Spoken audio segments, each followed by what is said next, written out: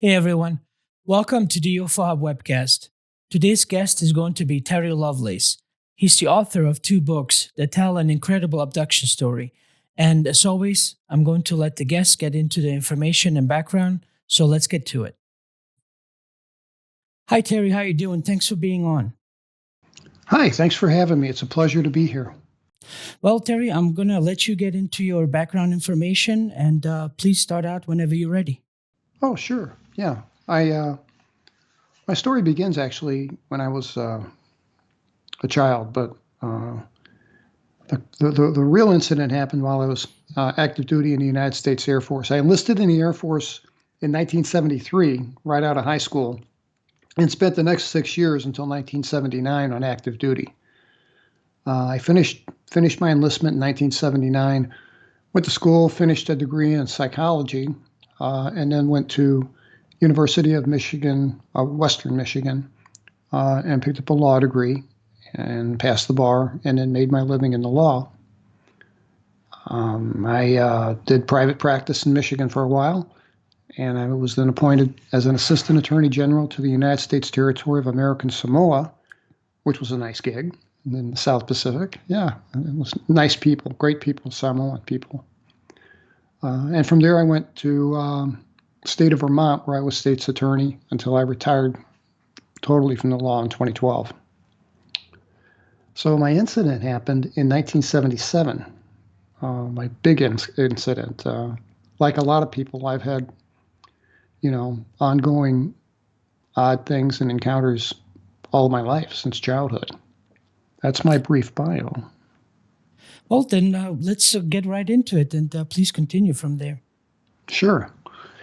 I'll start this where it really began, and that was when in 2012, October of 2012, I'd been retired about 9 months, and I got up one morning and I realized I couldn't bear weight on my right knee, and had my wife take me to the emergency room. I got all my care from the VA, so I went to the VA emergency room, and they X-rayed my right leg.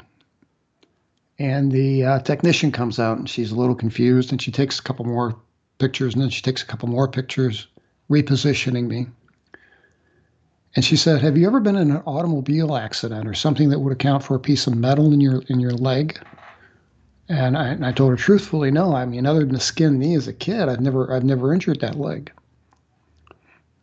And she said, "Well, you have an anomaly on your film, and the radiologist is going to come down and take a look at it." So a few minutes later, this perturbed radiologist, obviously not happy to be there, walks in and pops my films up on a view box, and I can't see them from where I'm sitting on the table.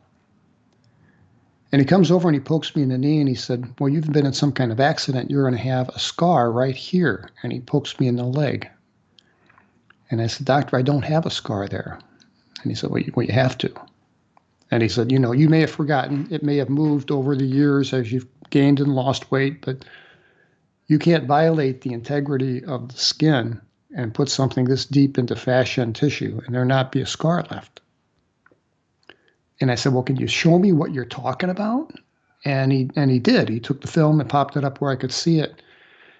And I was shocked to see in my lower leg, lateral to my knee, is a square structure about the size of a fingernail, and it has two wires attached to it that run up my leg. And those x-rays are available at terrylovelace.com, and you can see them. So he said, "This is definitely a manufactured structure. This isn't a normal part of the human body."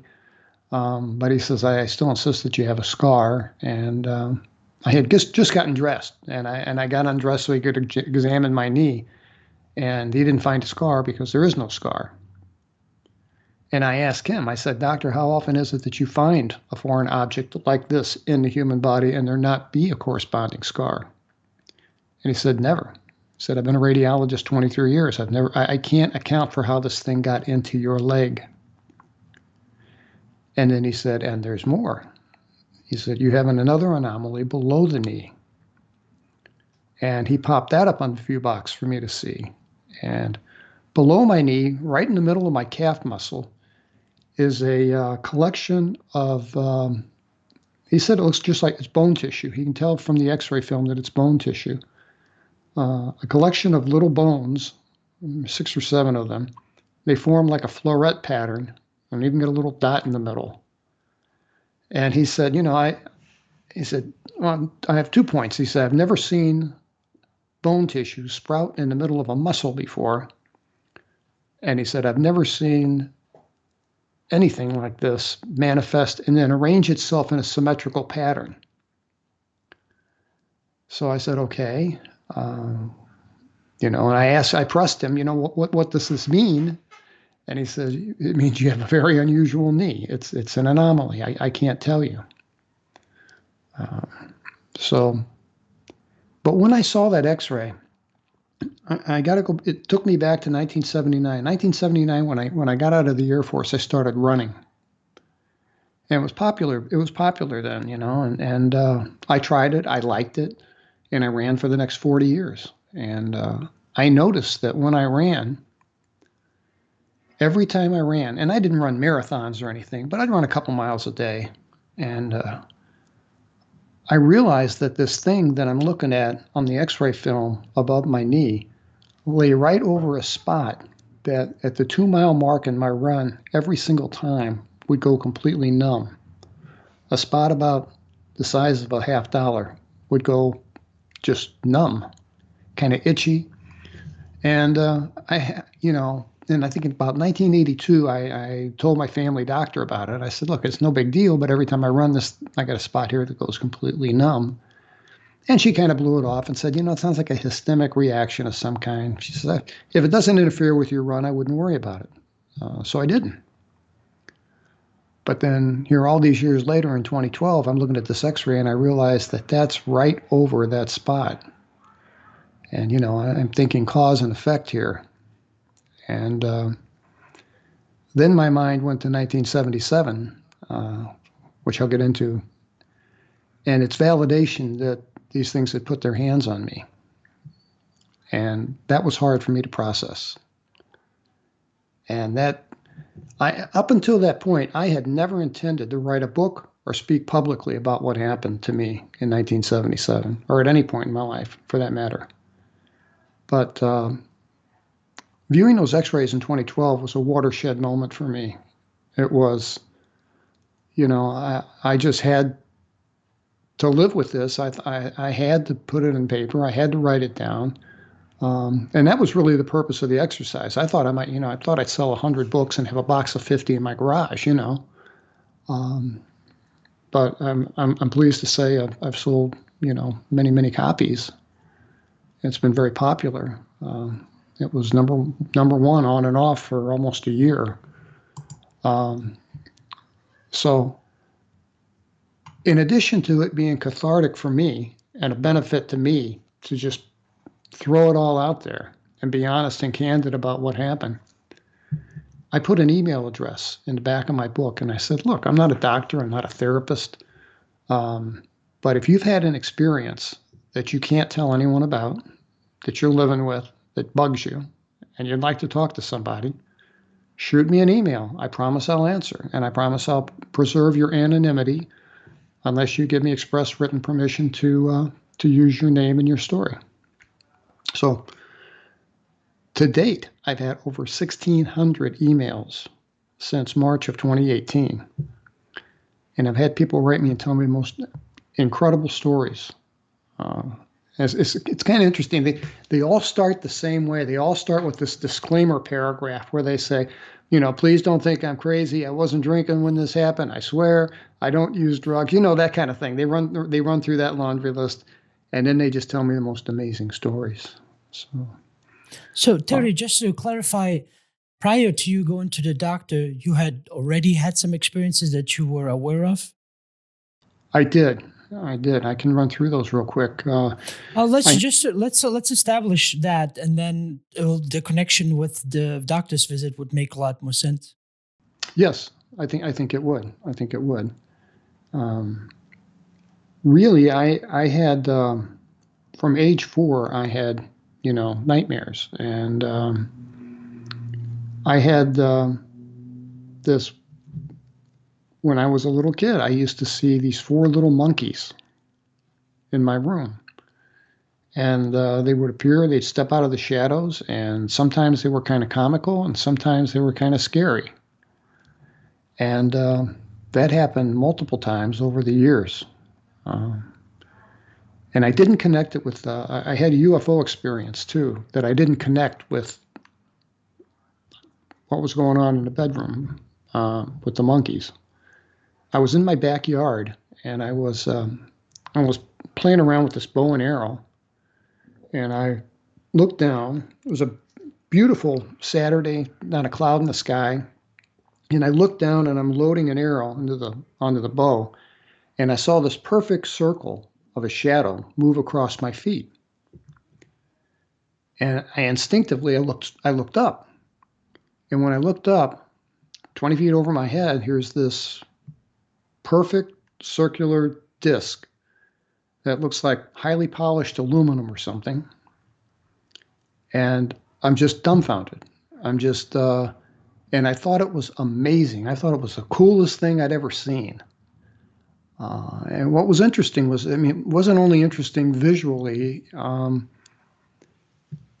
This was a busy Saturday afternoon in the city, and there's guys out cutting grass, people hanging up laundry, there's kids, dogs, cats, cars, there's a lot of activity going on. And as soon as I laid eyes on this thing, there was this real distinct auditory change. And it felt like I had taken my hands and pressed them against my ears. All the sounds of the neighborhood were kind of muted. And I had some fine hair on my forearms, and it was standing up. And I looked at this thing, and I thought that it was, beautiful in the way that like a new sports car, like a new Alfa Romero sports car would be on a showroom floor. That was the impression it gave me. And I watched it for some period of time. I'm not sure exactly how long. And it wobbled a little bit in the breeze. And I'm looking at it. And I'm trying to take in, looking for, there should be rivets, there should be insignia, but there's nothing. It's just polished aluminum or whatever metal it was. And I watch it for a minute or two, and it shoots off like from 0 to 500 miles an hour, and whoosh, it's gone. And there's a hole in the sky where it vanishes.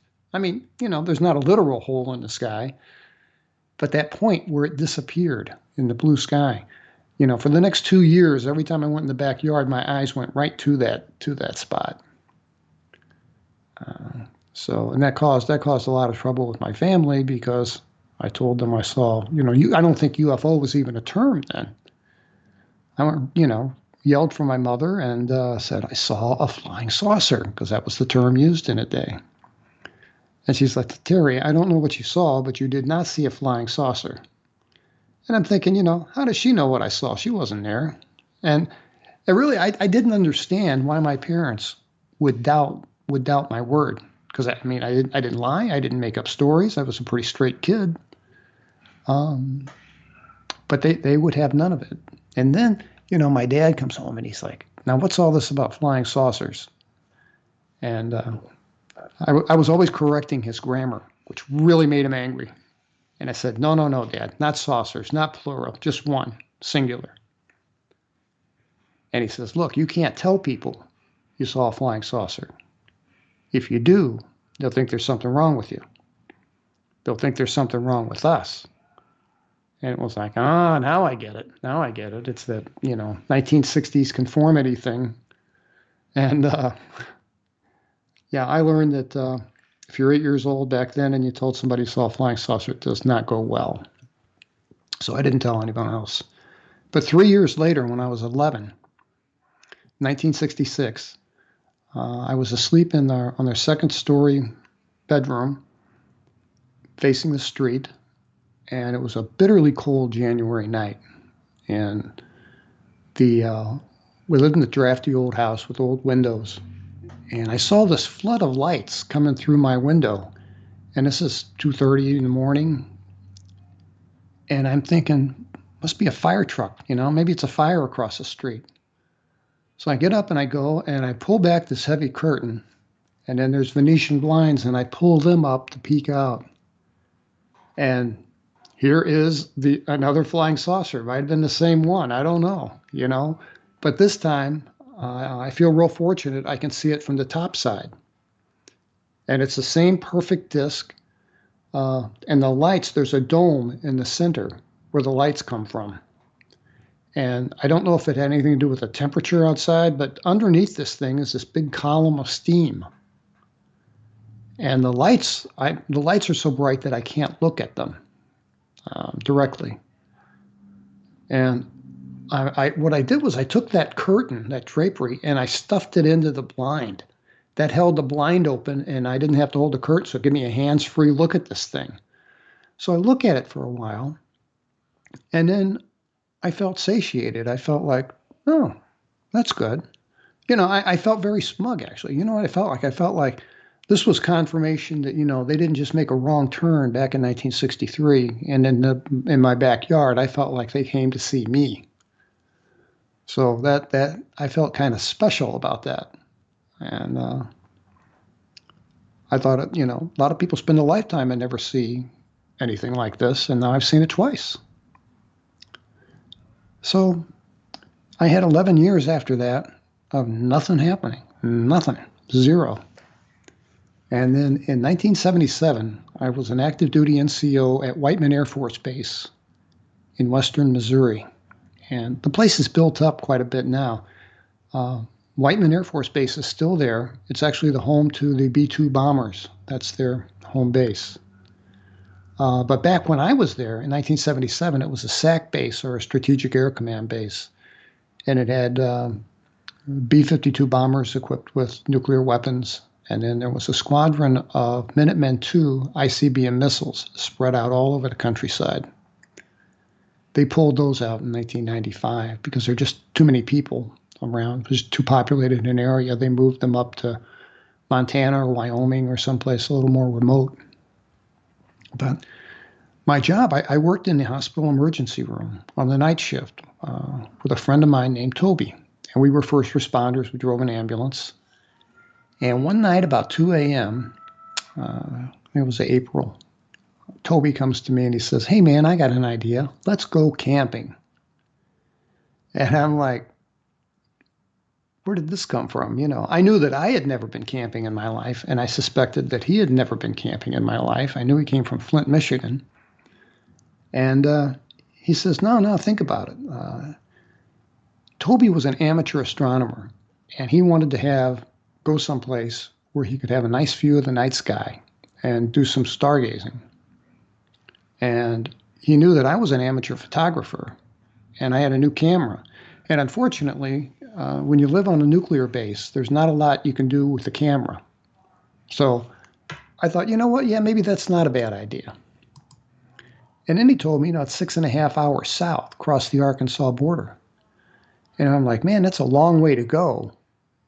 And he says, yeah, but isn't the road trip kind of fun? Isn't that part of it? And I'm like, yeah, you may have something there. Let's go. Let's try it. We'll go down there and spend. We decided we'd go down there. We had a 4-day weekend coming up in June. We'd go down there and spend 2 nights and see if we like it.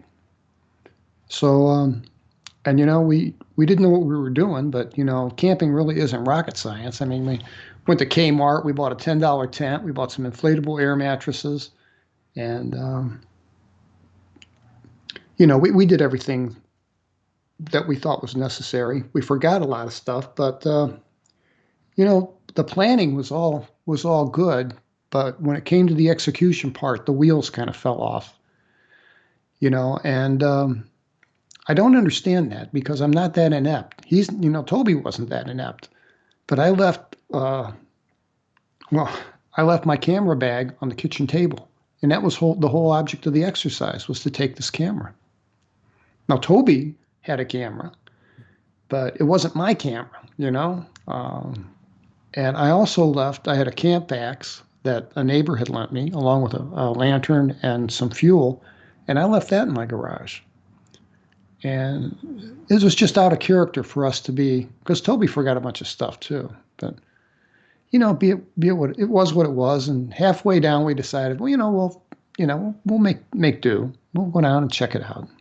So we got to the park, and it was decided between us that we would not stay in the campground. Because if you stay in the campground, you're going to have people to the right and left of you, and there's going to be lights that's going to destroy Toby's, plan to watch the night sky. And there's certainly not going to be any wildlife running around there.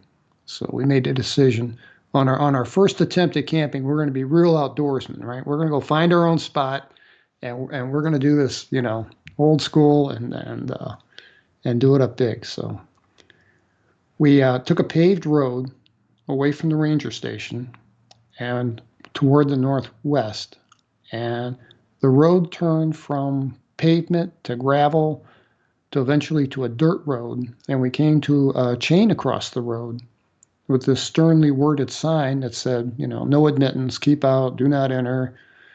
And we thought, it's probably a nature preserve. So we stopped the car, and my friend noticed that from the passenger side of the car, he could see that on the post on his side of the road, they had just taken the chain and used a padlock to lock the end around to form like just a noose, and it's draped over this post on a nail. And because I was getting ready to turn the car around, and he's like, no, man, I got this. So he hops out, he picks up this chain, drops it, chain falls to the ground, and we drove in. And this is the part that we didn't know, that area is not even in Devil's Den State Park.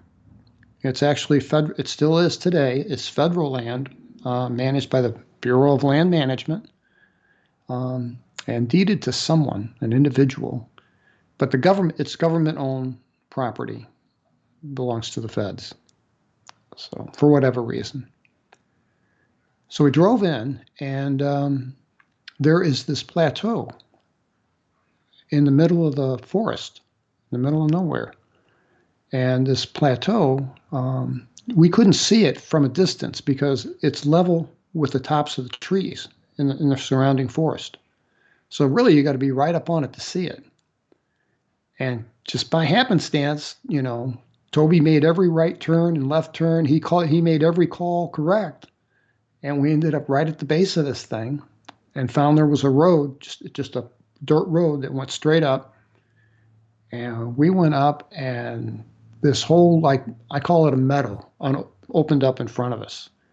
And it was just cool. It was like the perfect place, It was beautiful. It was just full of grass about halfway up my leg, and late blooming wildflowers, and just real pleasant, like the perfect place to camp. So we set up our campsite, put the tent together, did all that stuff, went out and gathered some firewood as best I could without an axe, and set up we set up the camp. We went for a hike. We did, all the fun stuff you do when you go camping. And I'll kind of cut forward to the chase. But about 9 o'clock that evening, we are on these air mattresses, relaxing, and we got the campfire between us, and we're just having a nice conversation. And neither one of us are really. I'm maybe a little tired from driving 6.5 hours, but I'm not sleepy. I'm 22 years old. I'm in the best shape of my life, and I've worked the night shift for 3 years. So, this was at least afternoon for me. It wasn't. It shouldn't have been. Well, I'll get into it. So we're sitting there and we're talking, and there's a lull in our conversation. And during that lull, I noticed that all the things in the forest that make noise, like the crickets, the tree frogs, whatever they are, they were so loud that just a few minutes earlier we could barely hear one another across this campfire. And I know that sounds cliche. I know it, and like something out of a movie, but I swear to God, that's what happened. And I've since had other people tell me that they've had similar experiences where things go quiet. And it wasn't only quiet, it was still, because we'd had a nice breeze earlier in the evening, and even that had stopped.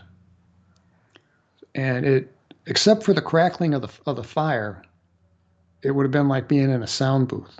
It was that quiet. So I asked my friend, I said, man, it got awful quiet out here. Is this normal? And he blows it off and he's like, yeah, look, man, we've been laughing and cutting up and making a lot of noise. We just quieted them. They'll be back. Just watch, they'll be back.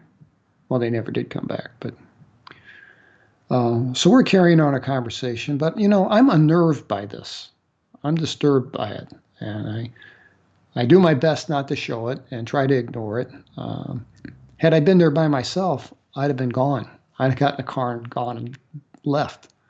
But I didn't want to do that in front of Toby, so I tried my best to relax, and carrying on conversation, and then my friend's got his head turned to his left, and he's looking at something, and I'm about to ask him what he's looking at when he asked me. He said, "Hey, Terry, were those lights there before?"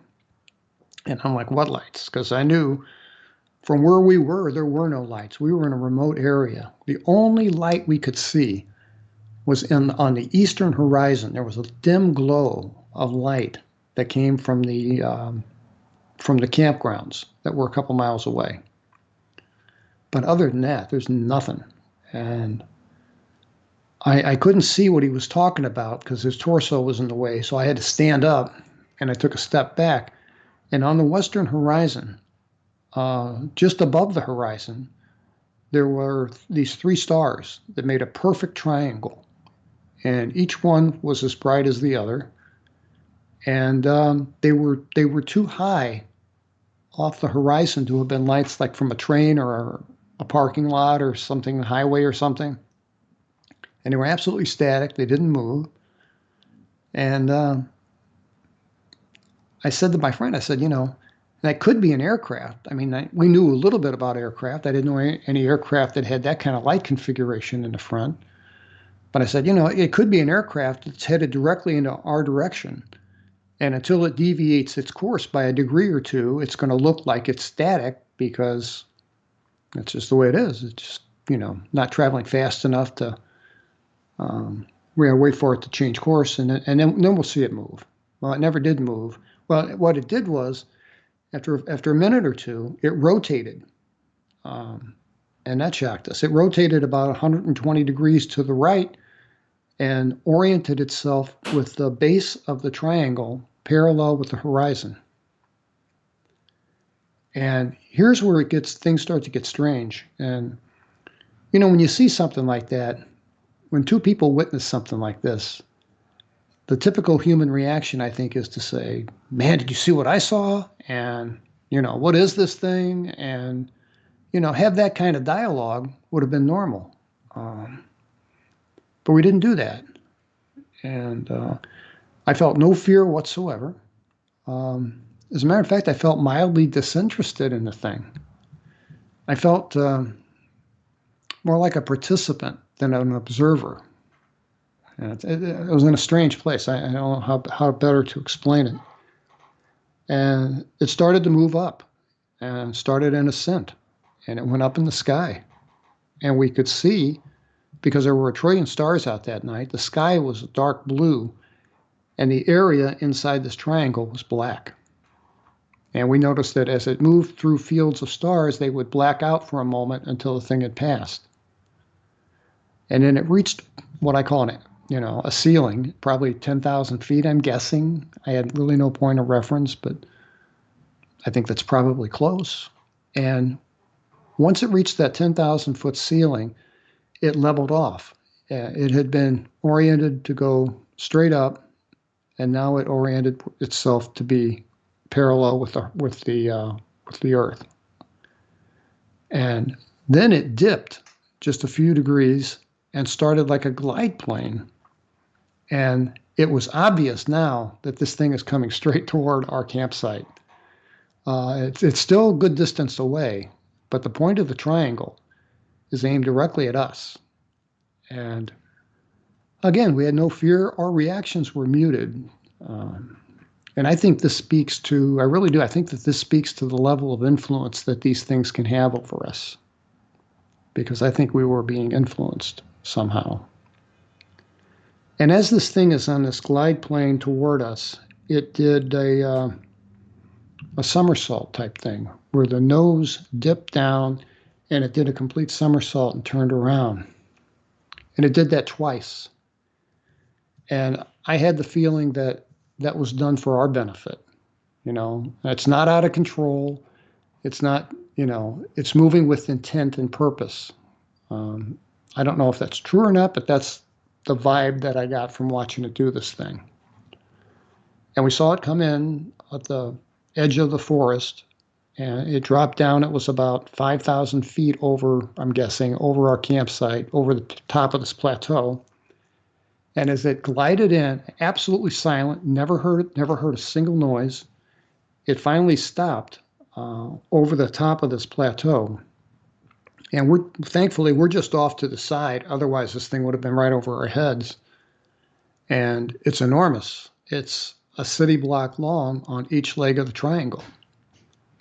So from our vantage point, we're looking at this thing. It's 3,000 feet above us over the meadow, and absolutely silent. And it's as big as a Walmart, And we didn't discuss it. We didn't discuss it. We were just kind of stunned, I guess. And while we're watching this thing, it had only been stopped for maybe a minute, and it shot a light from underneath the thing in dead center. It shot this beam of white light, and it was a visible beam of light. It was like a like a really bright flashlight cuts through fog, or a searchlight, like a nautical searchlight cuts through fog. You see a column of white light.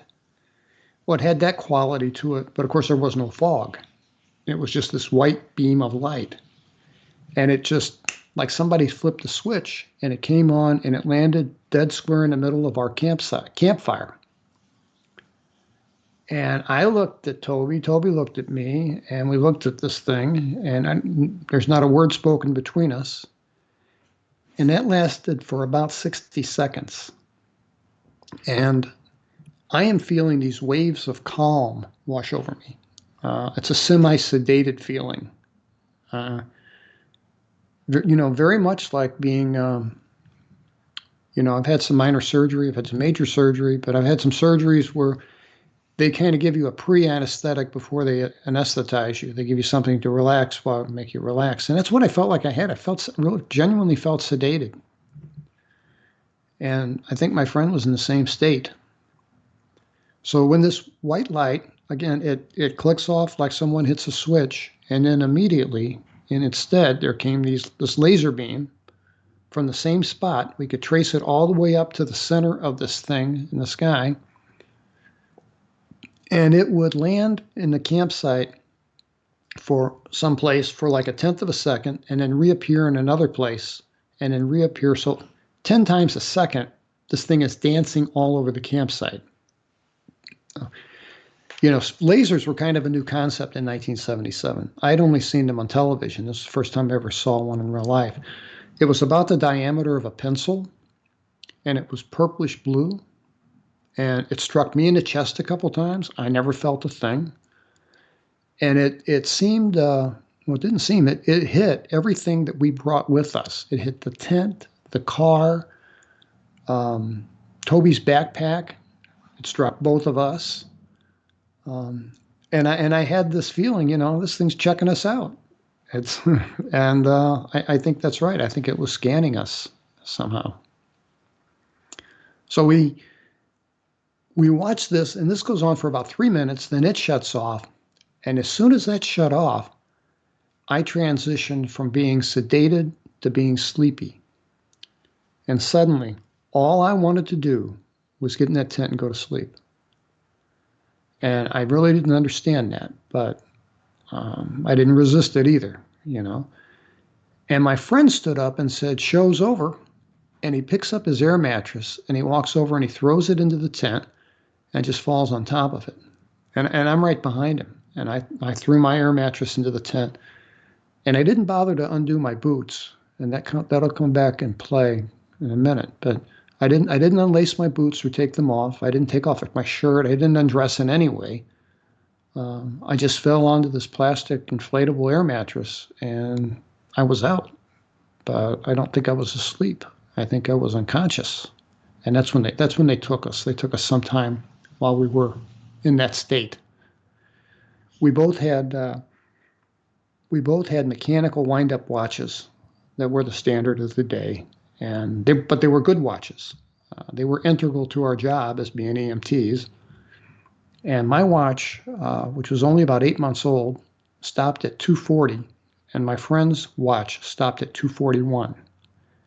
And to my knowledge, neither one of those watches ever worked again. I wish I'd saved it, actually. I'd like to have known, had it analyzed to find out what killed it. But I didn't. So I'm unconscious, and I wake up to these flashing lights through the canvas of the tent, and they're just incredibly bright, and they're at odd intervals. They're not, sequenced in any way, but they're as bright as a flashbulb going off in your face. They're just incredibly bright, and for a millisecond, it would light up the inside of that tent like crazy. And these lights are white, yellow, orangish, maybe green. And I wake up and I realize I don't have my wits about me. I'm like, where am I? Oh yeah, I'm camping with Toby. And I see these lights, and the first thing I think is, well, these are the overhead lights of a park ranger's truck. They're there to kick us out of the park, right? Because we're trespassing technically. And so I sit up, and when I sit up, I noticed that my boots had been unlaced, and they were unlaced 3/4 of the way down. And I knew that I hadn't done that. I wouldn't do that. They teach you to take care of your feet. And I would have gone to sleep with my boots off, or I would have gone to sleep with my boots on, but I wouldn't have gone to sleep like that. If you had to run from anything, God forbid, you're going to trip on your shoelaces. So, it doesn't make sense. I wouldn't do that. So I'm annoyed, and I have no fear yet, but I'm annoyed. And I took my boots off, and my socks were on sideways. And that made me curious. I wasn't afraid yet, but I was curious because I knew I wouldn't do that. And I put them on properly and put my boots back on and laced them up to the top. And I turned my attention to my friend. I noticed my friend is on his knees and he's fixated. He's looking at something out of his flap of the tent on his side. And I asked him, I said, hey, what are you looking at? What's out there? Toby, is it park rangers? Who's out there? And it was obvious to me he was scared. And in one of these flashes of white light, I could see tracks of tears. That bright light illuminated the saline in the tears, I think. It made it fluoresce against his skin. So that scared me kind of. That was the beginning of fear because I couldn't imagine what would make this man cry. And I asked him again, what's out there? And he just said, put his finger across his lips in the universal be quiet thing and said, shh, I think they're still out there. And I'm like, Toby, who is still out there? And I think he was too upset, too freaked out or something. So I'm on my knees. I got to my tent, or the side of my tent that had the flap, and I pulled it back, and I'm looking out on this meadow. And I could see where the lights were coming from. Also, I need to mention here that in addition to these flashing lights, there was a noise that we hadn't heard before. And this was a very low, I call it a droning noise. It was very similar to if you've ever been next to a large piece of industrial machinery. It makes noise, but it doesn't hurt your ears. It's not so much loud, but it's powerful. You can feel it in your chest, like a bass speaker at a concert or something. And I'm thinking, well, park ranger running a generator in the back of his truck. I'm trying to come up with some kind of logical explanation, and that didn't make any sense either. But when I looked out onto this meadow, what I saw was that this thing that had been 3,000 feet above us when we went to bed had descended and it's now 30 feet over the meadow. So we're off to the side, thankfully. And that's when we really got a clue about how big this thing was, because it filled that entire meadow. As I said, it was a city block long on each side, but it was also deep. It was as deep as a 5-story building. And there's a gentleman named David Marler who has made a career in ufology out of researching triangles, and he wrote a very good book about it. And in his book, there's a woman from the Hudson Valley that reported in August of 1977, reported seeing a triangular-shaped UFO that she described as 5 stories deep. So someone else saw the same thing, or something very, very similar.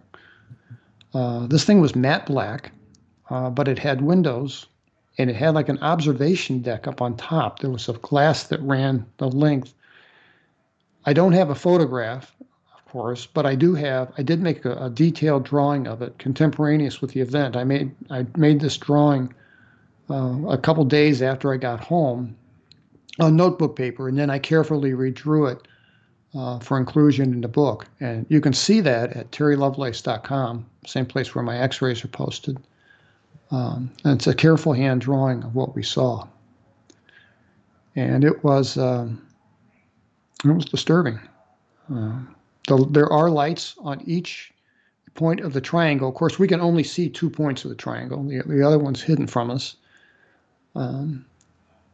And there is what I call it a light bar, for lack of a better term. There's like this light fixture that runs from the very top to the very bottom, all 5 stories. And then there's like a beam of light that runs up and down that, and occasionally flashes. And that's what we saw. That was the first thing I saw, and that explains the bright lights coming through the canvas of the tent. The second thing I saw was what I took to be a dozen, maybe 15 kids. And I'm shocked by that. And I'm like, Toby, man, what are these kids doing out here in the middle of nowhere, in the middle of the night? And he said, Terry, man, look at them. Those ain't no little kids. They're not human beings. Don't you remember? They took us and they hurt us. And when he said that, all that sedated feeling, that was all gone. And I was absolutely scared out of my wits. I was absolutely scared to death. And I was terrified that we were going to cough or sneeze or do something to draw their attention, and they'd come over and, check us out. And I had no way of knowing that they were long done with us, And in the flashes of light, I could see these things. They weren't real close, so I was looking at them from a distance. But they were typical gray, large head, spindly body, and they had a really distinctive gait when they walked. When they walked like their knees were kind of hinged to move backward an inch or two with every step. So they looked like they were always dragging the back leg behind. It was just odd way of walking, odd gait. And they all walked that way. And they were paired up in 2s and 3s. And, they weren't like looking at the ground or searching for something. They were just kind of looking around like tourists, And I turned some light on.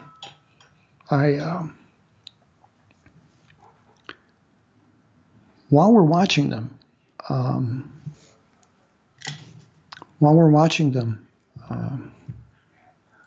a beam of light from the same place underneath this thing, again, boom, snaps on. And this is a column of white light, just like the one that hit our campfire, only this one is about 30 feet in diameter. It's about as broad as this thing is tall off of the floor of the meadow. And as soon as that light kicked on, all of these little guys turned their attention toward it. And they didn't run, they didn't hurry, but they changed direction and kind of migrated toward it. And while we watched, the first 2 of these beings stepped into this light, and within about 20 seconds or so, they just dissolved. They just pixelated out, and they were gone. And then as soon as they were gone, another 2 or 3 would step into the light, like they were waiting and taking turns. And then they would pixelate out and be gone too. And I assume that's how they get in and out of their ship.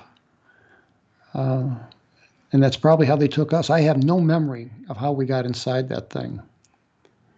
I do have some memory of being inside the thing.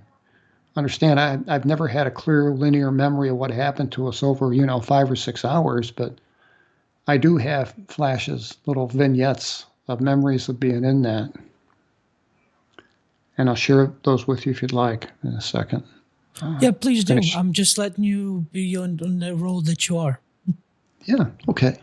So, yeah, as we're watching, we saw the last 2 little guys evaporate. And then as soon as they were gone, that light that was coming from underneath turns off. And also that droning noise that I described earlier, that stopped abruptly. And when you hear something for a long time, it becomes like the bass line and you don't notice it.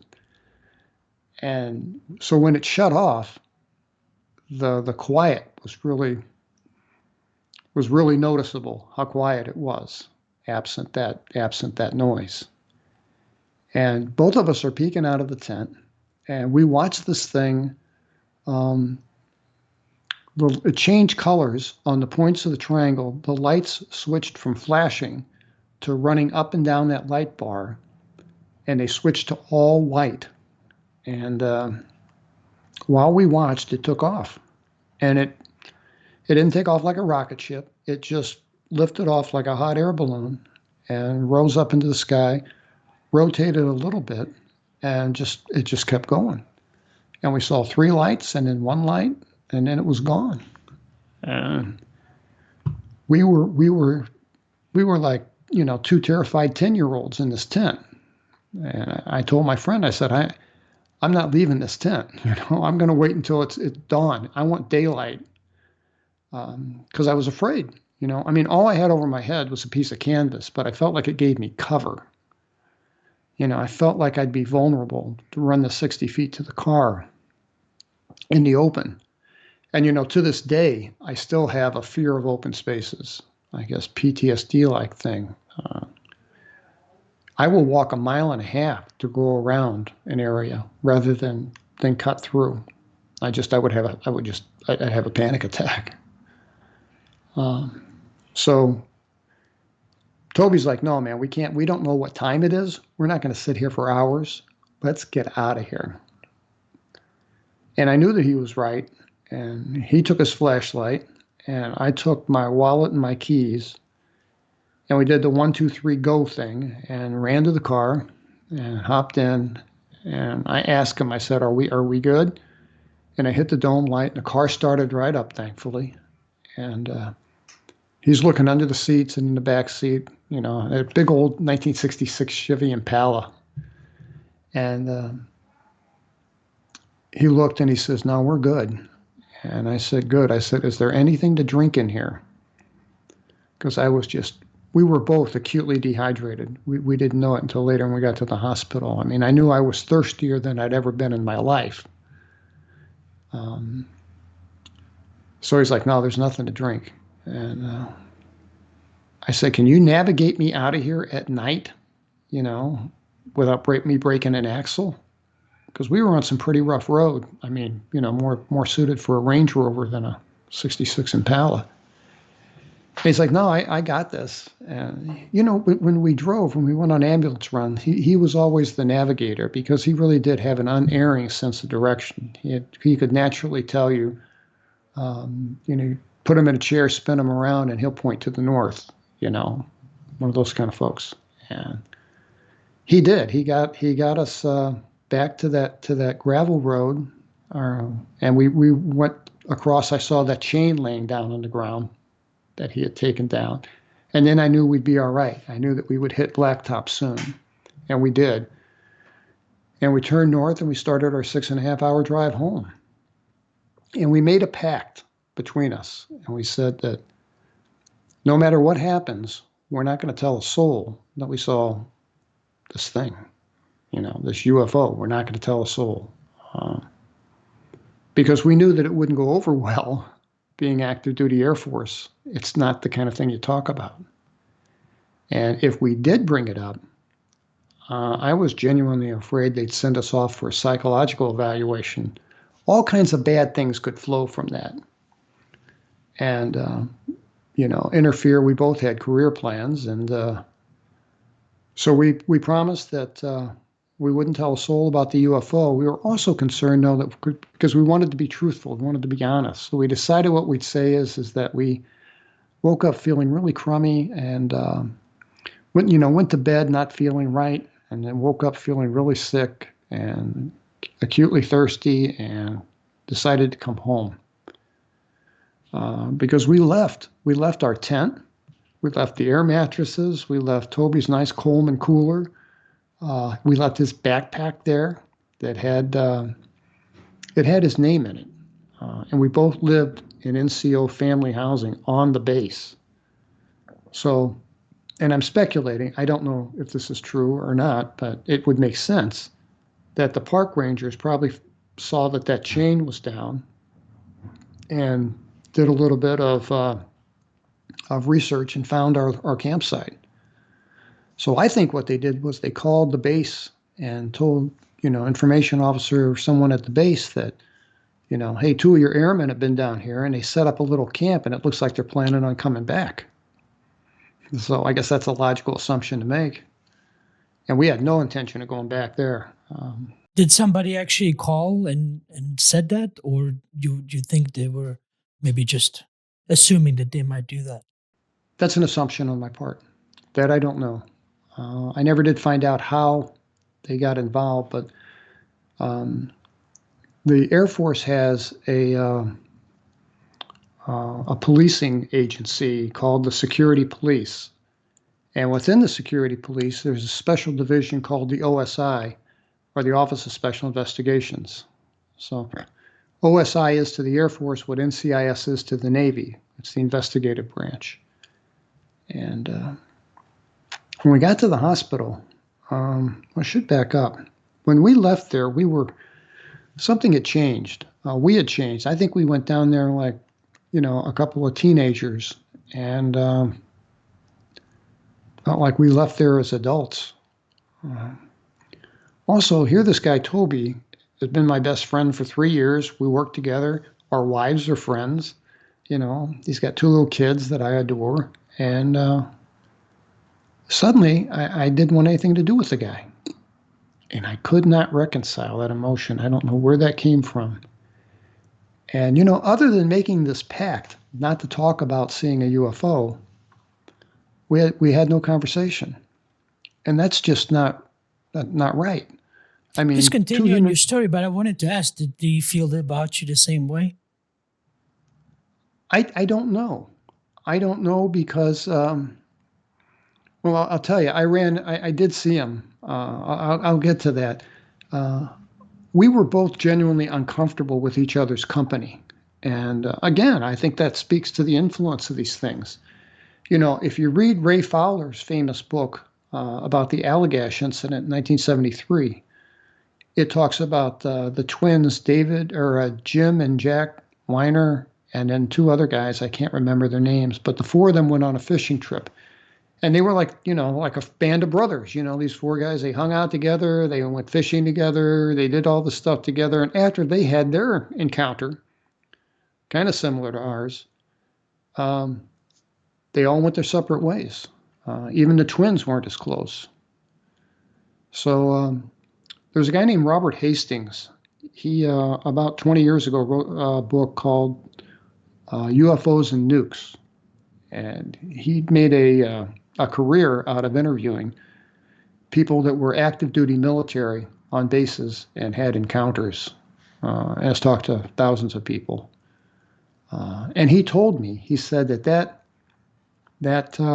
emotion where you suddenly want nothing to do with your witness, is not unusual at all.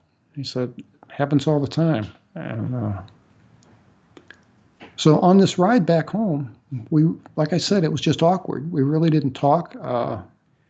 And he was sick. I mean, I felt terrible. And I know whatever they did to me, they gave him a double dose because he was really ill. And we were acutely dehydrated, and I was seriously burned. Toby was African American, so he didn't burn, but he was burnt. He was hurting. He could feel that he'd been burned. And I was just red all over my body. I mean, the soles of my feet were red. My scalp, I mean, everywhere I'm red. And I never took my shirt off, never took my pants off. But I'm burned all over. And our wives took us to the hospital. When we got to the hospital, they split us up and they put us in 2 separate treatment rooms. So I'm in one treatment room and Toby's in the other. And this doctor I had 2 doctors actually. And remember, we worked for the hospital squadron. So we knew all these people. They're, friends of ours. And the doctor's like, why didn't you put on, some kind of sunscreen or something? And, how did you get burned like this? And I'm like, Doc, I never took my boots, my shirt off, my pants off. I have no idea. And it was weird. We were admitted. We were both admitted, but we were in separate rooms. We were in private rooms. And I suffered what they call flash burns. It's the same kind of burn an arc welder would get if they didn't wear that hood over their face while they're welding. And what it is it's a sunburn to the cornea of your eye, and it's very painful. It feels like you have sand in your eyes, and it also makes you photophobic, where the sunshine, the light just kills you. It's just terrible, and that was difficult to manage with this drive home because we were on the road for about an hour and the sun comes up. And, I think I had a cheap pair of sunglasses, but I mean, I didn't have anything it was difficult to navigate home. So the doctor is wrapping up his exam of me and 4 people walked into the treatment room. It was the hospital commander, who I knew very well. It was the base commander, who I knew of, but never had a conversation with, and then 2 guys in civilian clothes that I didn't recognize. So the 4 of them walked in, and the only one that spoke was the hospital commander, and he was very formal. And he said, "Sergeant Lovelace, you're to have no contact with Sergeant Tobias in any way, shape, or form." He says, "Not verbally, not by telephone. You're not to give him anything. He's not to give you anything. You're not to communicate through a third party. You're not to write letters to one another." And on and on and on. If you run into him at the dry cleaners, you're to immediately turn around and walk in the opposite direction. Just on and on. And he says, "And if you disobey this order, Sergeant, there will be consequences. Do you understand me?" And I said, "Yes, sir." Because, I understood consequences, but the reasoning behind the order, I really didn't understand. But I was in a place where, I didn't want to see the guy anyway. So it was kind of just, it was all right, Was that supposed to be for as long as you were in the military, or how long was that supposed to, take It effect? was open. Yeah, it was open-ended. So what they did was they cut orders for Toby to go to Japan at light speed. I mean, he was gone in a matter of weeks. And they took me out of the emergency room and reassigned me to a supply squadron where they had no need for a trained medic, And they had me just doing busy work over there until Toby was finally off the base. And then I could go back and work in the hospital. So they did everything to keep us apart. And we lived 4 blocks from one another. So I get home and I'm trying to process all this because it's a traumatic event, and I'm thinking that maybe I need to talk to Toby. Maybe talking to him, I can make some sense out of this and get, what's the word, closure, I guess. Find some kind of peace. So we're coming home from the grocery store, and she's driving, I asked my wife, pull over, I want to run inside and just tell Toby bye. And she says, you're going to disobey an order? She says, I wouldn't mess with these people, The consequences don't sound good to me, don't mess with them. And I said, look, this is something I need to do, and I'll be in there 4 minutes, and nothing will happen. No need to worry. So she was reluctant, but she stopped the car. I jumped out. I ran up to the door, and it's the same door I've walked through 100 times. And I did what I always did. I knocked 3 times real loud and opened the door. It was always unlocked. And I yelled, hey, guys, it's me. And I stepped in, and they were packing for their move. And Toby's wife walked past me, and she gave me a hard look. And she said, you're not supposed to be here. And I said, I know, I'm not here for a confrontation with anybody. I just, you guys are friends. I just wanted to tell you goodbye. I hear you're going to Japan. And she just kept walking. But Toby, I think, heard our exchange, and he comes around the corner and down the hallway from the bedroom. And I would describe Toby was just really careful about his appearance. He was just impeccably dressed, always. He always had a starched uniform, always had his shoes shined, always had his hair cut within regs, and it was always clean shaven. I was kind of the slob of the duo, but he was known for being meticulous about his appearance. And when he walked out of the bedroom, he was a train wreck. I mean, his hair was all sideways. He hadn't shaved. And he was wearing a dirty T-shirt, dirty blue jeans, and was barefoot. And I'm thinking, well, cut the guy some slack. He is moving. That is hard, dirty work.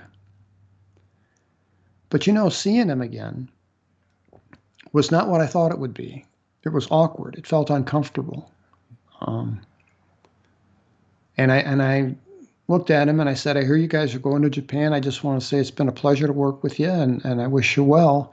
I thought it would be appropriate to embrace the guy, but I didn't. And instead, I held out my hand at the same time he held out his, and we kind of missed. And we managed this inelegant kind of handshake. And he was about 6 inches shorter than I am. And he looked up at me and he said, it happened, didn't it, Terry? And I said, yes, my brother, it really happened. You're not losing your mind.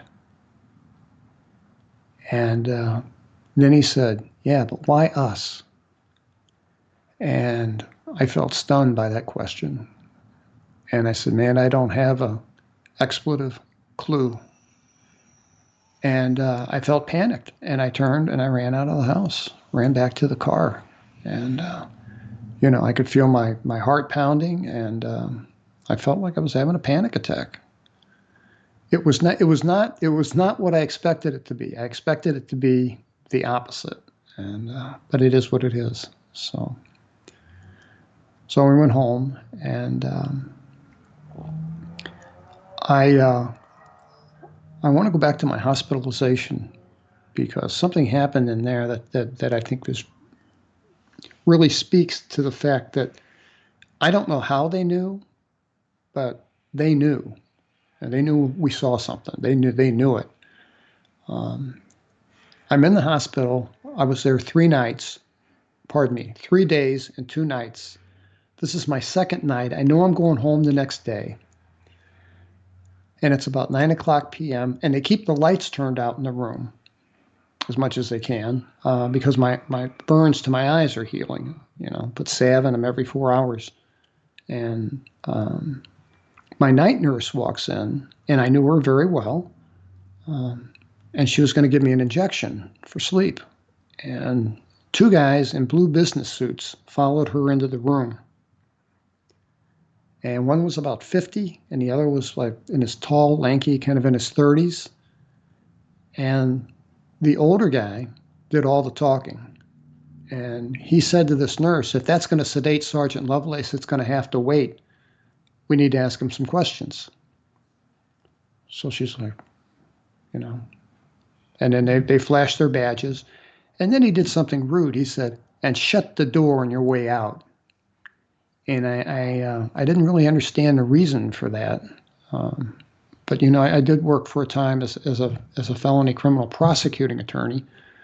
So I knew a little bit about police interrogation. I didn't know it back then, but today I know it for what it probably was, and that was probably a bit of theater done just to intimidate me. And they succeeded because I was thoroughly intimidated. So they show me their credentials. The older guy is a major, and the younger guy is a captain. And they pulled a chair up right next to the head of my bed.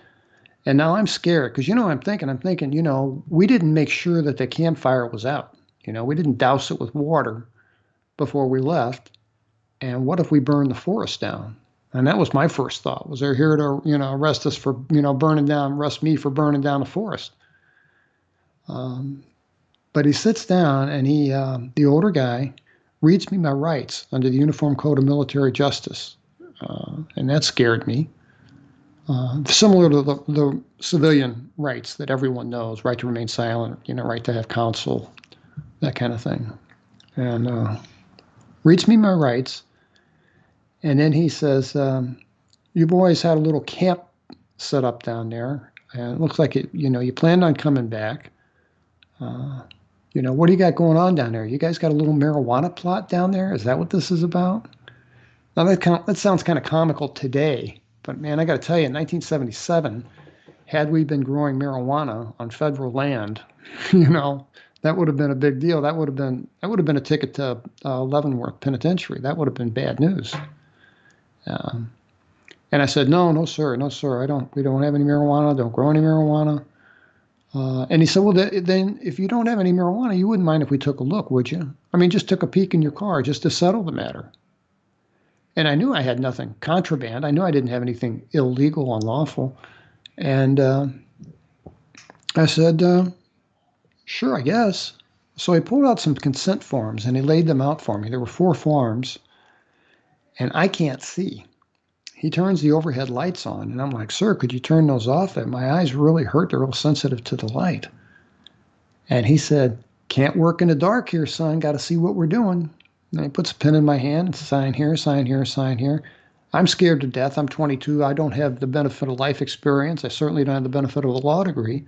So, you know, I signed. And, you know, I think like a lot of people accused of a crime that they didn't commit, I thought if I objected or I thought if I didn't play along, I'd look guilty, you know, and that's really not the way it should be. You know, you have rights.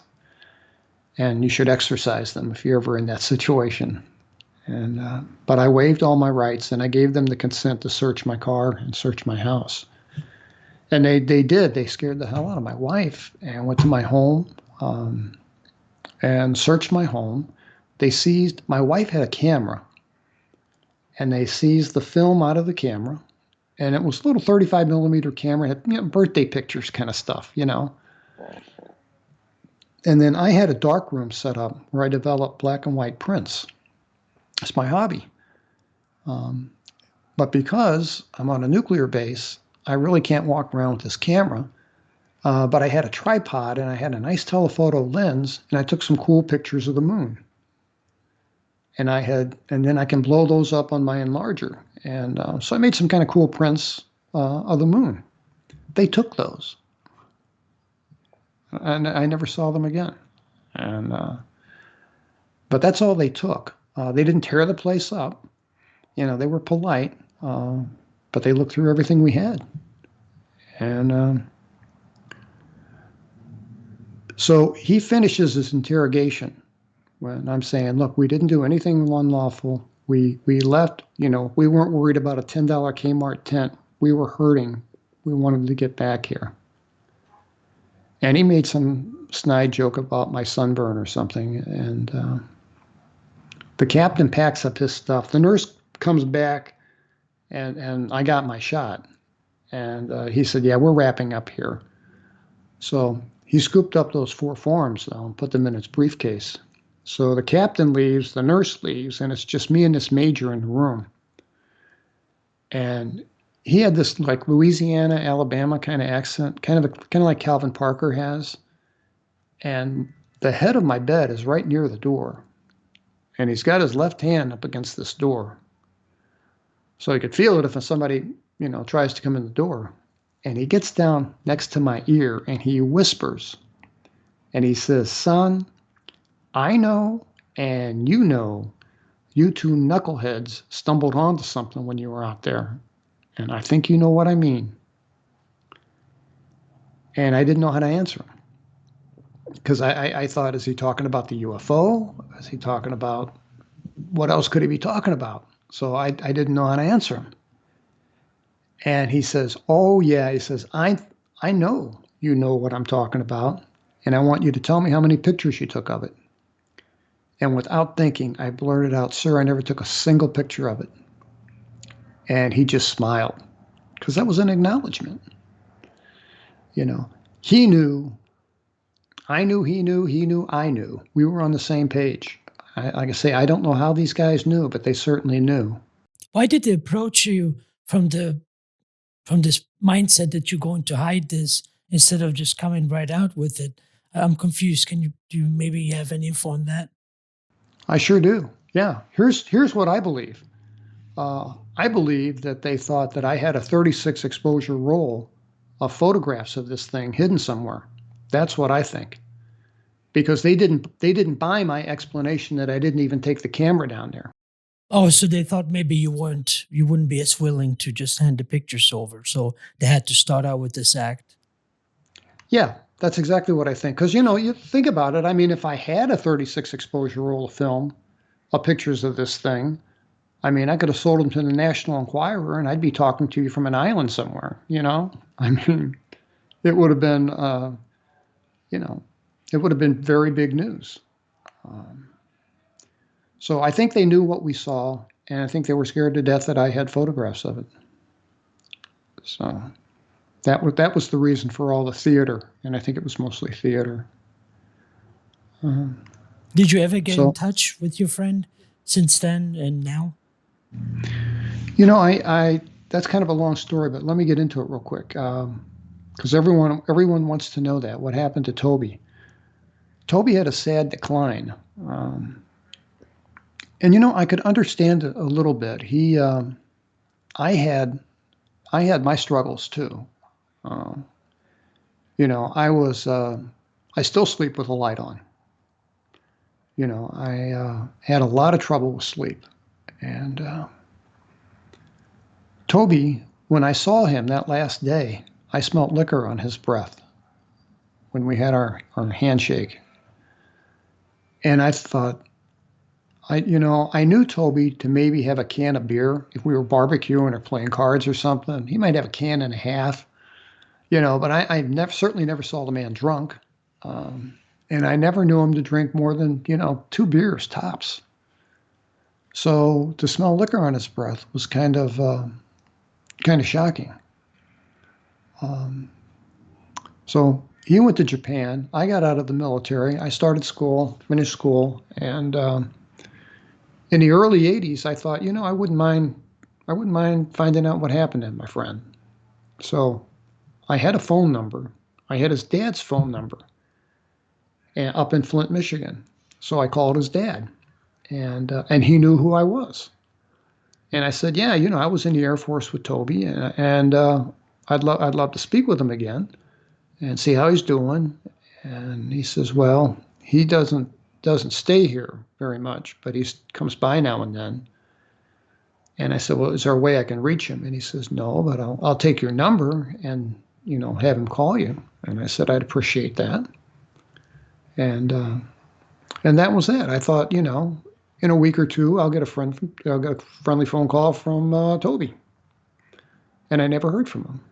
And that was early in the year, so the Christmas holiday rolled around, and I thought, I'm going to call him back. And I did call him back. When I called him back, the number was disconnected. So what are you going to do? I didn't know anywhere else to go. And then a while later, my wife gets a phone call from his wife, from Tammy, and because they were good friends, and this whole thing between us tore that friendship apart. And she told my wife, she said, "Yeah, I Toby and I separated, and I came back from Japan, and we got divorced, and I got the kids, and he's living with his dad in Flint." And she told about me trying to get a hold of him, and she said, "Yeah, the story was that Toby couldn't keep a job, had troubles with alcohol, and the family agreed to give him, after the dad had passed away, and the family agreed to give Toby the house to kind of help give him a leg up on getting back on his feet. But he lost the house due to non-payment of taxes. So he had a hard time." That's unfortunate. So what was it specifically, do you think? So you say you can't remember too much on what happened on the ships, and so was it the experience of before and after, and the feelings that you were left with that just distraught both of you in such ways? Yeah, I think the experience, I think the contact with non-human entities um, has an effect on you. I mean, we left that meadow changed people. We weren't the same two kids that rolled down there. We were changed. And Toby's Toby's wife came to see us. She was married to a guy who drove a long haul truck driver, drove a rig over the road. And she said that her new husband had a load to take to Detroit. And she's like, we're going to be in your neighborhood. Can we stop by? I'm like, my wife says, of course, come by. Let's go have dinner. So she did. And I got to talk to her about Toby. Uh, and that's how I found out that she told me about Toby's drinking. It was interesting because, he didn't frequent bars. He didn't drink during the day to speak of, but he was scared to death of the night. And before bed, he would just, you know, I'm sure what started off as maybe a shot or two in the evening to relax and get to bed. Over the years, that became two and then three and then four. And then, it's a progressive thing as your body develops a tolerance for the alcohol. And she said he would just drink till he passed out every night. And, if you do that, it robs you of your REM sleep. It does, all kinds of bad things happen with your mind and your body. And that was unfortunate. I had trouble with sleep. And, for a while in the 80s, I took benzodiazepines, like Valium, prescribed by a doctor. But I realized that's a slippery slope too. You take those for, 6 months and they don't do, then you got to, tempted to take two. No, I don't want to do this. So I sleep at night with headphones, and I got heart problems, so I got a special shield on my iPhone. I sleep in a T-shirt with a pocket, and I can slide my iPhone in the pocket, and I can listen to meditative apps, and that's how I get to sleep. And it also masks all the noise in the house so that I don't get, freaked out by the noise in the house settling or something. No, you mentioned when you two were in the tent that your friend said, I'm trying to recall, you said something along the lines like, do you remember that did bad things to us? Is that what you said? They took us and they hurt us. They heard us. Okay, I'm sorry. Thank you for the correction. So, do you think he remembered maybe more what happened there and was affected by that? Or obviously, I know you didn't have like you mentioned, didn't have necessarily a conversation with him about it, but I wondered if he remembered more of what actually happened there, so that kind of stuck with him, whereas you might just have the before and after memory. Yeah, well, I have little vignettes, little flashes of memory from being inside there. And those flashes of memory have visited my dreams at night for 40 years. My kids never knew this story. Our kids never knew this story. And, all they knew was I'd wake up having screaming nightmares once or twice a year. And that was about it. Once or twice a year, I'd have the same half dozen dreams. And once they start, they have to play out before I can wake myself up. But yeah, I don't know what. And see, that's another thing that doesn't make sense is, we went through this experience. On that ride back, we had all the opportunity in the world to talk about this thing and to, help validate each other's story and process it. And we didn't do that. We didn't talk about it. In 2014, when I decided to write a book, and I started writing with the realization that I'm going to publish this to the world, I felt terribly guilty. I felt like I was violating a fiduciary trust, or like a family secret or something that I shouldn't tell. And yeah, so Toby had his struggles, and I wish we'd had the opportunity to get together and speak. I explained in my second book, what happened was that later on in my career, I'm working on a case that involved the FBI. And I always knew FBI people to be, a cut above, very stand up. They're good people. And I don't want to say anything disparaging about them. I respect them. But I met this FBI agent, and on Friday nights, we'd sometimes go to the bar. We had a long week, and we'd have a beer or two and just talk about the week and decompress. And nice guy. And I asked him one night, I said, "Hey, you think you could help me find my friend?" And he said, "Sure, I can find anybody so long as they're not a fugitive." And that was humor. That was his way of making a joke, because that's his job, to find fugitives. So, or part of his job anyway. So he said, "Yeah," he said, "do this. Write down everything you can remember about the guy. Give me as much detail as you can, and tell me everything you know, and I'll see what I can do." He says, "Obviously, I can't open an official investigation." He said, "This is a favor for a friend." And I said, "That's awesome. I really appreciate that." So I did that. I put everything together, put it in an envelope, and got it to him. And about 2 weeks later, he calls me up and he says, "I got some news about your buddy. You want to meet me at the bar?" And I'm like, "Sure." So 2 days later, it was Friday, and I got to the bar, and he was late, which was not his habit. He was usually very punctual. And I'm sitting there having a beer, and when he walked in, I could tell that whatever it wasn't going to be good news, and he comes over and he sits down and gets right to the point and says, "I'm afraid I have bad news for you. I'm afraid your friend is dead." And I'm shocked. And I'm like, "What do you mean he's dead? He's a young man. Not going to be dead." And he said he died in an automobile accident. He said it was a crossover accident of Interstate 94 going to Detroit. 2 people were killed. Your friend Toby was the only guy in the car.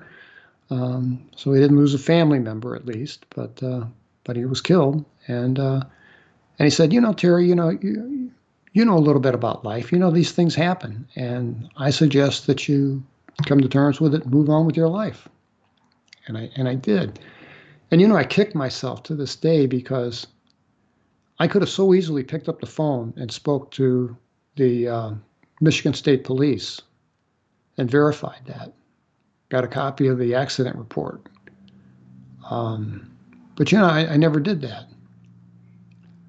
And I found out in 2017, when I started writing this book, I found out that Toby's actual date of death, because I was going to visit his gravesite, his actual date of death is September 4th, 2007. So he was alive.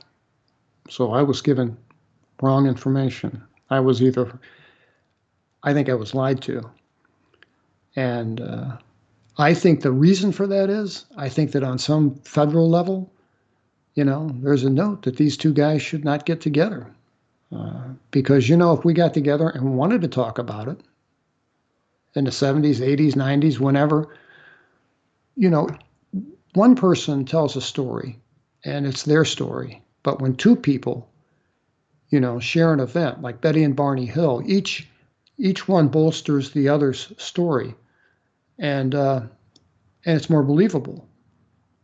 So I think for that reason, they did not want us to get back together. And I think that's why he lied to me. That is interesting, especially when you recall the chain of events. It makes you think there's almost like a corroborative. I can't speak English today. Uh, what is the word I'm trying to say?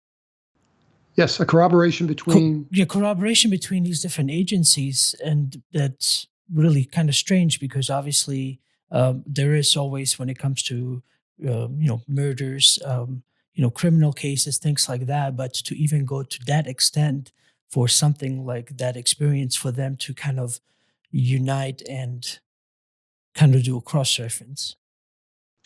It does. It kind of. I mean, it's kind of hard to believe. I know. And I am making an assumption here. I mean, he may have made a mistake. He certainly didn't seem like the kind of guy to make a mistake. So, and that's an assumption on my part, but I believe that. I believe that they don't want us together, and they'll do everything they can to keep us apart. And it's just a shame. It's all those decades lost that we could have been talking about this. Terry, before we get too far off, could you maybe just go a little bit in detail, or however much detail you would like, about those little, you said little flashes of memory that you do have being on board? Oh, I would like to tell that because they visit me. These images, these little vignettes, visit me in my sleep. I recall that I don't know if they took us someplace, if they put us inside this triangle and then took us to another location, because the place that I opened my eyes and I was standing up, and we were in this giant space, and the inside looked much bigger than it did from the outside. From the outside, it looked like a 5-story medical building. From the inside, it was like something on the order of an NFL stadium. I mean, it was just immense. So I'm not sure we were even there. I think they may have taxied us somewhere. Who knows? But I was standing there, and I had all of my clothing and my boots in my hand, holding them about chest level, and I can't move. I'm frozen. I'm paralyzed. Whatever. I can't move. The only thing I can move is my eyes. I can roll my eyes and look around and take in as much in 180 degrees as I can. And I was terrified. I had no way to show it. And this thing was this thing was just immense. It was just absolutely enormous. And I saw 3 saucers, 3 flying discs lined up. I mean, like planes under a carrier deck. They're lined up against these huge garage doors on the left. And this thing had like an open atrium, and I couldn't tilt my head back, so I couldn't see how high this went. But there were multiple levels and walkways that went around like a spiral. And I saw the little, I guess there are maybe, well, there's more than one species of gray, I guess, because the ones that I saw, people have told me, well, I saw them too, and they were different than that. So I don't know. I can only tell you what I saw, my experience was. And that was, I don't think that these are sentient human beings. I really don't think they're self-aware like you and I are. I think they're more kind of like little robots, or, they're probably artificial intelligence, quantum computing, nanotechnology, some biological material, and boom, you got little gray guy. But I think they're manufactured. I don't think that they're organically biological, self-reproducing things. I think they come off an assembly line. Were they the same types that you saw outside? They were. They were. Although inside, they walked without the limp, which was curious. So inside of this craft, they walked just fine. But on the outside, when they were walking around on Earth, on the ground, they walked with that distinctive gait.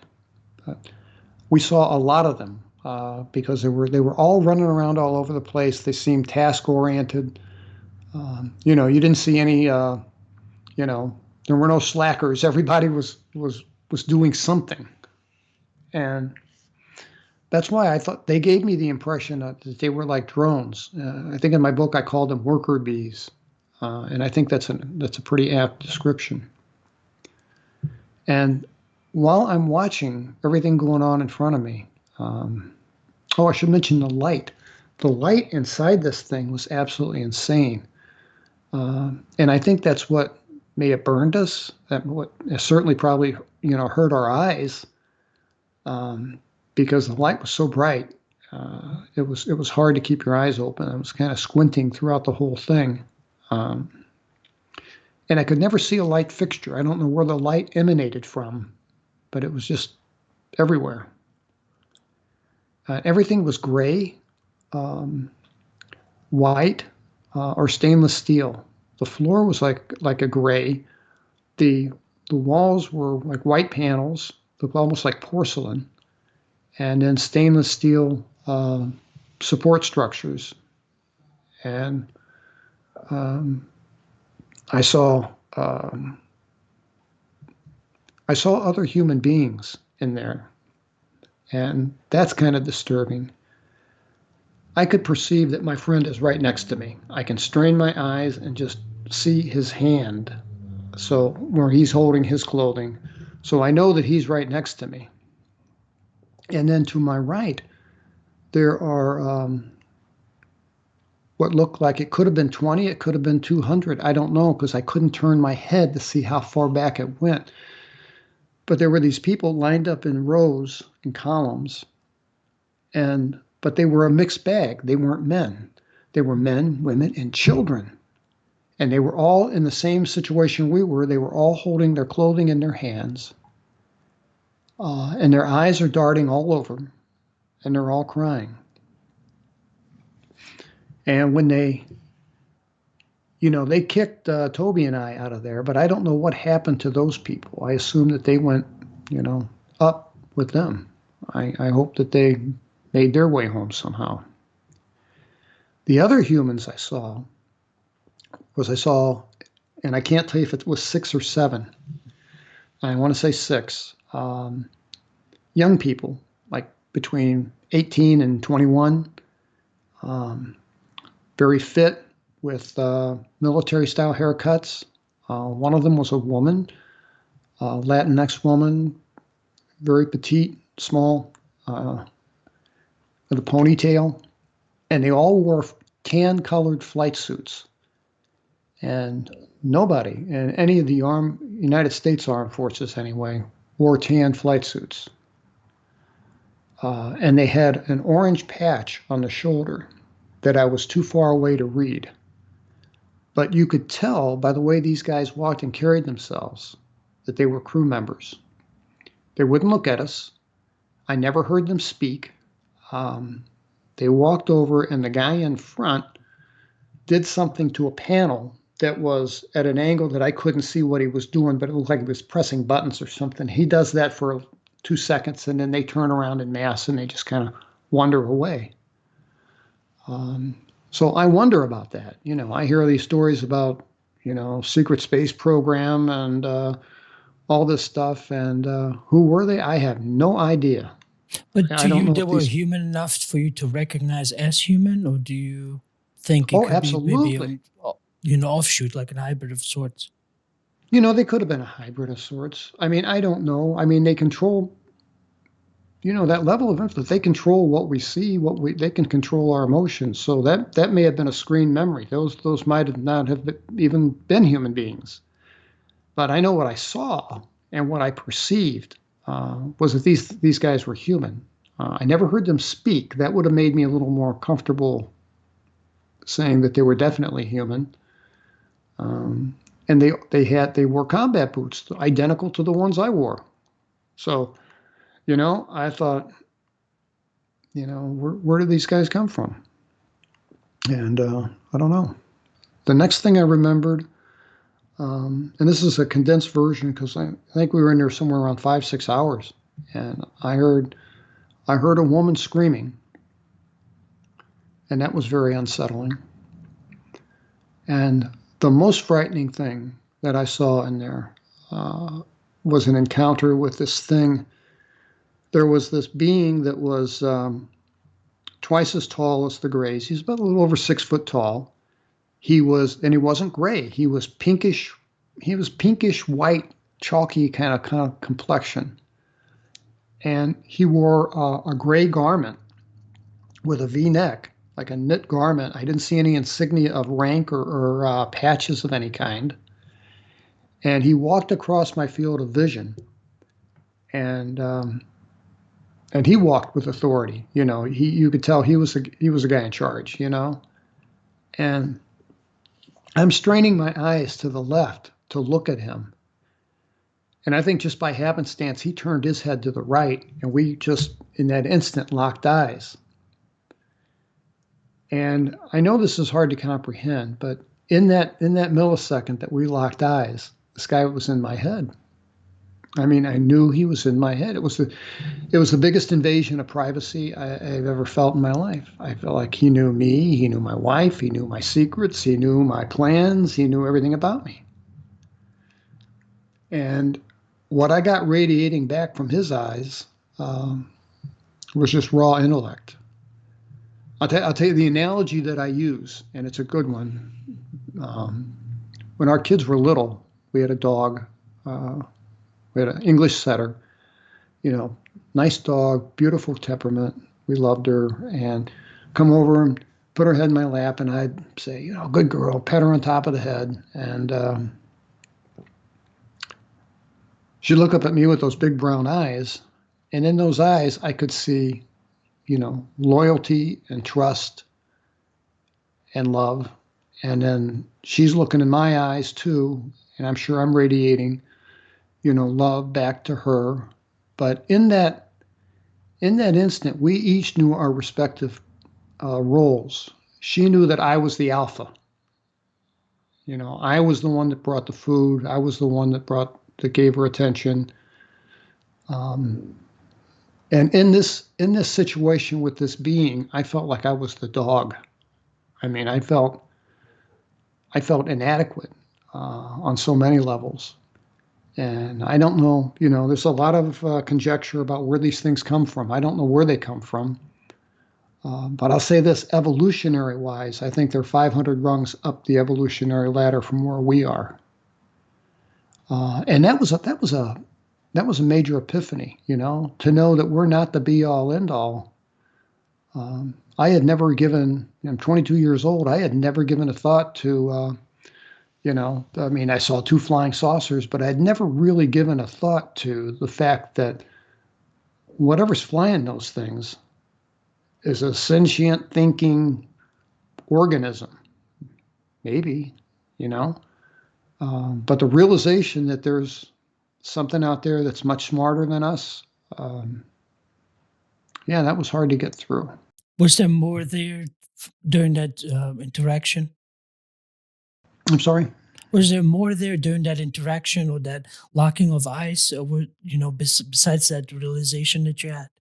No, that was about it. It was a very brief encounter. This happened over the span of just a couple of seconds. How far away was it from you? Probably 30 feet. Did it get 30 any feet into closer my at left. any given point, or is it always the little ones that came to you? That was the little ones that were running around.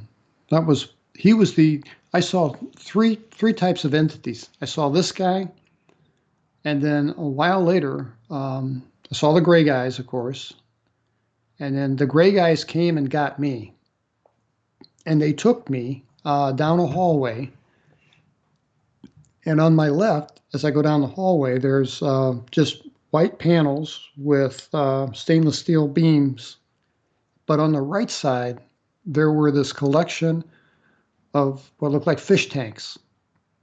And they went from small, and then they got progressively larger as we went down the hall. And at the end of the hallway were these glass tubes large enough for a human being. And I didn't see anybody in them. The only thing I saw that there were a couple of these tanks that had like a pink fluid in them. And in one of these tanks, about halfway down the hall, I saw what looked like a puppy. You know how newborn puppies have folds of skin? This thing had that quality to it. It had it looked like a puppy to me. And it had an umbilical cord that was just floating free in this pink water. And I can't react. I can't. They're moving me. They both have me by the arms, and I'm not walking and I'm not rolling. I'm gliding across the floor. I can't even feel the floor. I don't think I was even in contact with it. They like levitated me a half an inch or something and just moved me around as they will. And anyway, this puppy thing, whatever it was, opened one eye, and I just thought I was going to pass out. That was just frightening. And then we got to the end of the hall, and inside there was a room there, a dome-shaped white room, and there was a typical examination table, and it looked just like an exam table in a hospital. Actually, it looked like an autopsy table. It looked like it was made out of porcelain. And one of these little guys took my clothing from me, and somehow they managed to put me on top of this thing. So I'm laying on my back on top of this table. And I should say that this whole thing had a real clinical vibe to it. It had a medical feel to it. It didn't feel like I was going into a torture chamber. And the being that I saw there that was in control of everything was this insectoid looking thing. And it really did look just like a praying mantis. It looked like a praying mantis. And you know what's crazy is I always imagine this thing wearing a white lab coat. Now, I really doubt that it was wearing a white lab coat. I think that's probably a screen memory. But it gave me this it was a bit comforting to have that medical vibe to it. Um, a little less scary maybe. And the table was warm. And I remember thinking, would they warm this just for me? And then I realized, no, there's probably, I heard that woman screaming. There's probably been a whole parade of people on this table. It's warm from body heat. That's the reason it's warm. And this insectoid-looking thing is doing something to my lower back, and he's assisted by a couple of little grays. And whatever he was doing hurt a lot. And I thought, my God, why don't these guys anesthetize me? And I'm screaming. And I'm screaming through clenched teeth, but I'm screaming. And I can't hear myself scream.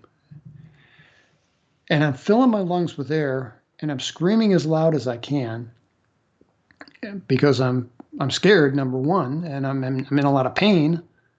And I'm screaming, and it must have annoyed this thing because it turned, it's this triangular shaped head in my direction, and we locked eyes, and I heard this thing in my head as crystal clear as any spoken word I've ever heard, with no accent of any kind.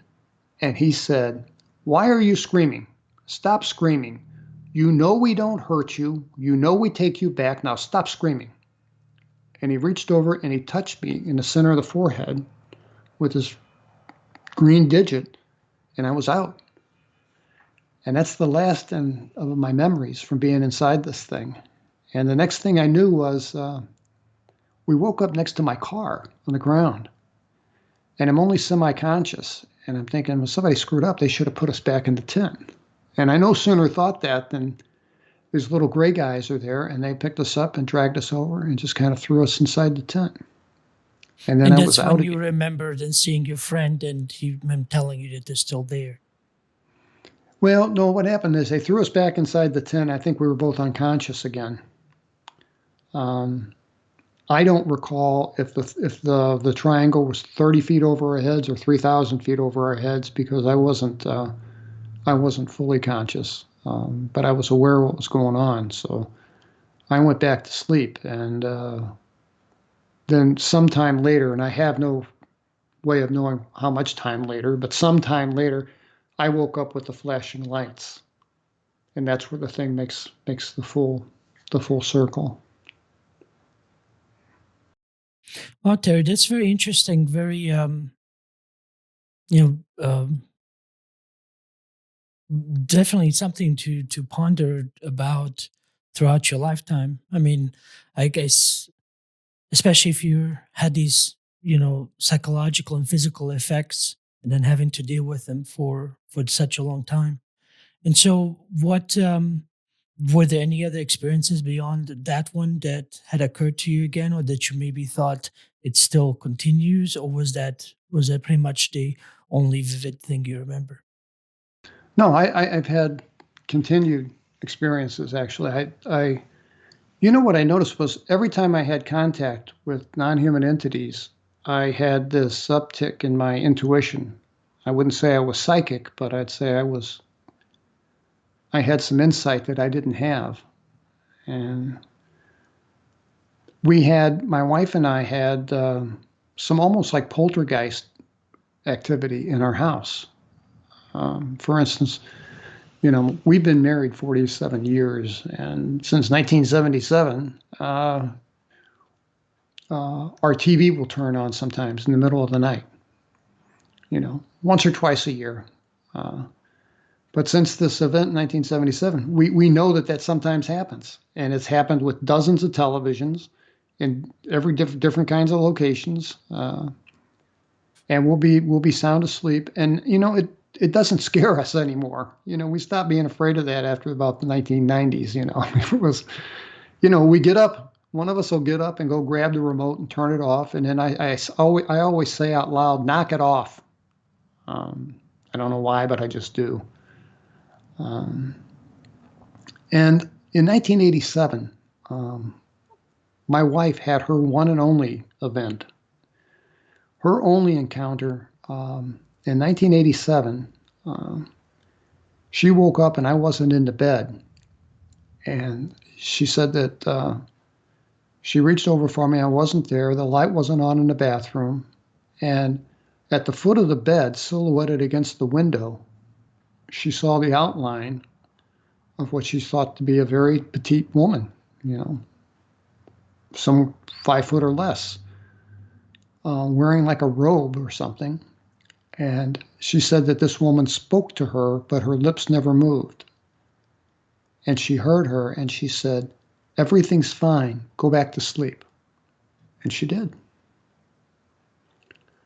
And she told me about that the next day. Curiously, the next day, that following day, I went out for an early morning. It was a Sunday. I went out for an early morning motorcycle ride. It was autumn in Michigan. It was nice, great motorcycle weather. So I'd go for, a couple-hour ride just to clear my head and have some time to myself. And then I'd do that in the morning, get home by 10 a.m., and then make pancakes for everyone, kind of a tradition, right? So I went on my motorcycle ride, and when I got back, well, what happened was I was on a stretch of road, paved road, and it's a route that I'd taken many times before, and it was on this farmland in the middle of nowhere. And I was throttling back from about 75 to about 60 because I had a curve coming up. And I blinked, and I'm suddenly on this gravel road doing 30 miles an hour. And I thought, man, am I that absent-minded? So I stopped because I wouldn't take my motorcycle on gravel. It's not good for the bike, and it's dangerous. So I thought, man, I got to pay attention, So I turned the bike around and went back the way that I came. And sure enough, a mile down the road, I was back on pavement. And I got home, and my wife is in tears. And she's like, "Where have you been?" I was just going to call the state police. And I'm like, "What are you talking about?" And I could tell because I could hear Nickelodeon. I could hear the cartoon show that my kids were watching, that it wasn't 10 a.m. And I had on this like leather gauntlet and a leather, because it was cool out. So I couldn't see my watch, and there's no clock on my bike. So I looked at the clock, and it was noon. So I'm 2 hours late. And I'm never late. I mean, if I'm anything, I'm punctual. If I say I'm going to be there on time, I'll be there on time unless something dramatic happens. So days before cell phones, my wife was worried to death. But I lost 2 hours on that motorcycle ride. So Terry, what do you make of out of all of this? I mean, other than recalling recalling your events, were you able to gather some kind of rhyme or reason of what was happening? You know, everyone asks me that, and I regret to say that I honestly, I don't know anything more than what I experience.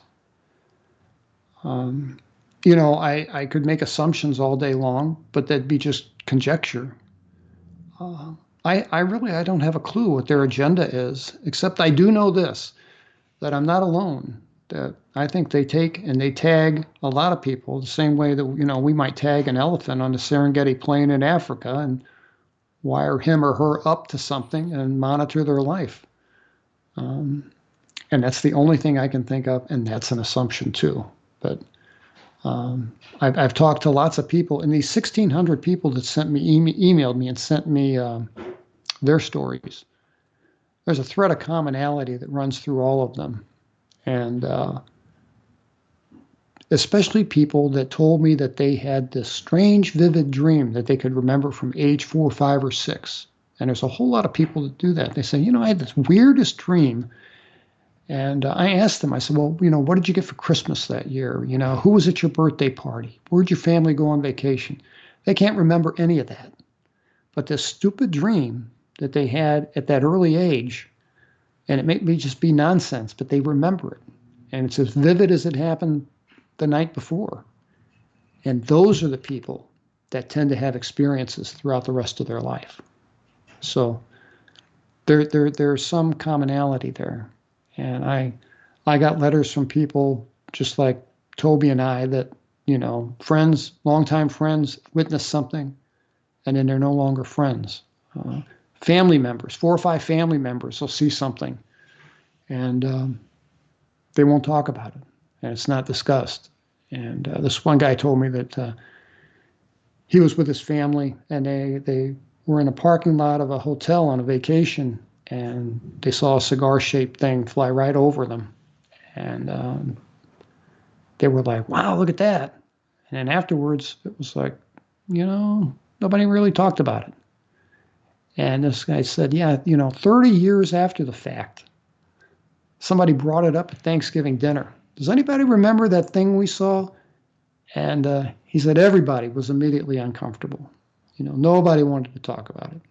Well, Terry, that is an incredible experience, and I'm very happy that you shared it with me today, and obviously everyone else watching. Um, I was wondering if you have any final thoughts that you would like to end with, and then I would like to talk to you about your books and where and books and website where everybody could go and check out the information you have. Sure. Uh, my final thought is that I want to make clear that I'm not trying to convince anyone of anything. That's not my job. My job is to tell the truth and let people make up their minds. But things are changing in this country. And I think had I published this book, you know, 5 years earlier in 2013, it wouldn't have been nearly as popular. And I think that's because there's a real interest in this stuff now. And I think 2021 is going to be an eventful year. We'll see. But I do want people to know that this stuff is real. You know, don't scoff at it. Don't dismiss it as comic book stuff because it's not. It's real. And And my Terry, books, yeah, if you could please give us your titles and the ones you have. yes, uh, it's Incident at Devil's Den and Devil's Den: The Reckoning. Incident at Devil's Den I published in March of 2018, and it's available in Kindle or a paperback book that has some photographs and drawings in it. And it's also available in an audio book that I did on my own with my own voice. And because I wanted to do it with my own voice, you know, I didn't want to do a voice artist. I wanted it to be mine. And then the second book really kind of answers a lot of questions that were left over from the first book. And also in the back of that second book, The Reckoning, I've got 30 stories that I shared that people shared with me about their experiences. And I think that makes for an interesting read. So it's Devil's Den, Incident at Devil's Den, or Devil's Den: The Reckoning. Both are only available on Amazon. And I do have I do have a website that's not well maintained, I'm afraid, but it's just terrylovelace.com. But if you go there, there's some interesting images you could see. Well, Terry, thank you. Thank you very much. Again, I really appreciate you being on, and I'm glad we're able to work this out. And everyone else watching, I hope you check out Terry's website and check out his books. I'm going to have all the descriptions or the links in the description box below. So you have easy access to just simply click on it and get the information you need. So, Terry, again, thank you very much. I really appreciate it. And I hope maybe we can do this again sometime. Absolutely. I'd love to. Thank you for your time. I appreciate it. Great. Thank you. Everyone else watching, thanks very much. And until next time, take care.